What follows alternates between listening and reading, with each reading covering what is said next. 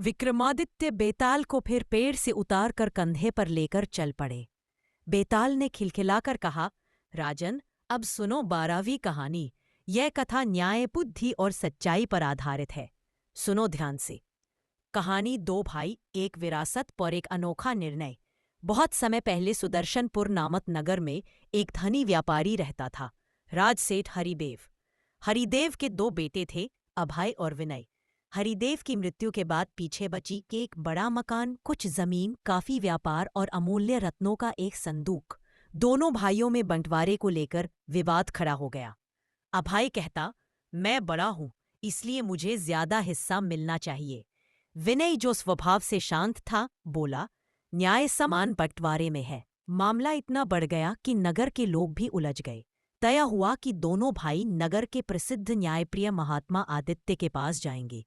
दोनों भाइयों ने अपना अपना पक्ष रखा। मामला सुनकर महात्मा शांत बोले, तुम दोनों को आज रात मेरे आश्रम में एक एक कक्ष में रहना होगा। सुबह मैं निर्णय सुनाऊंगा। रात भर अभय बेचैन रहा। उसे डर था कि उसका हिस्सा कम ना हो जाए। विनय गहरी नींद सोया, क्योंकि उसका मन साफ था। सुबह महात्मा ने कहा, मैं तुम्हें एक परीक्षा दूंगा। जो इस परीक्षा में सफल होगा उसे पूरी विरासत मिलेगी, दूसरे को कुछ नहीं मिलेगा। दोनों चौंक गए। महात्मा ने दोनों के हाथ में एक एक दीपक दिया और कहा, ये दीपक बुझने नहीं चाहिए।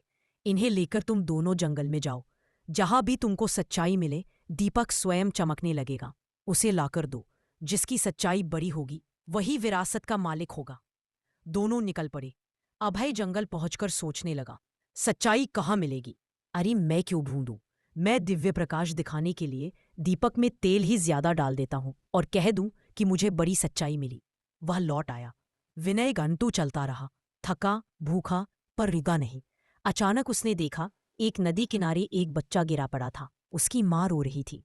बच्चा सांप के काटने से बेहोश था। विनय ने तुरंत अपनी जड़ी बूटियों वाली थैली खोली, उस बच्चे का उपचार किया और बचा लिया।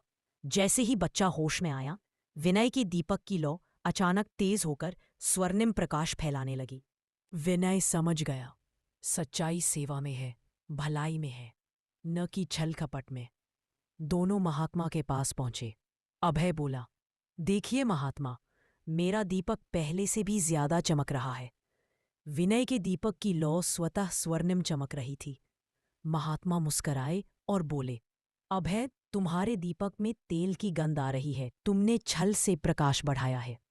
सच्चा प्रकाश तो विनय की भलाई से उत्पन्न हुआ है। विरासत पूरी की पूरी विनय की है। अभय चिल्लाया, यह अन्याय है। महात्मा शांत बोले, अभय, जिसने दूसरों की मदद की वही मदद का हकदार है। विरासत योग्य को मिलती है, स्वार्थी को नहीं। राजन, बताओ, महात्मा का निर्णय क्या सही था?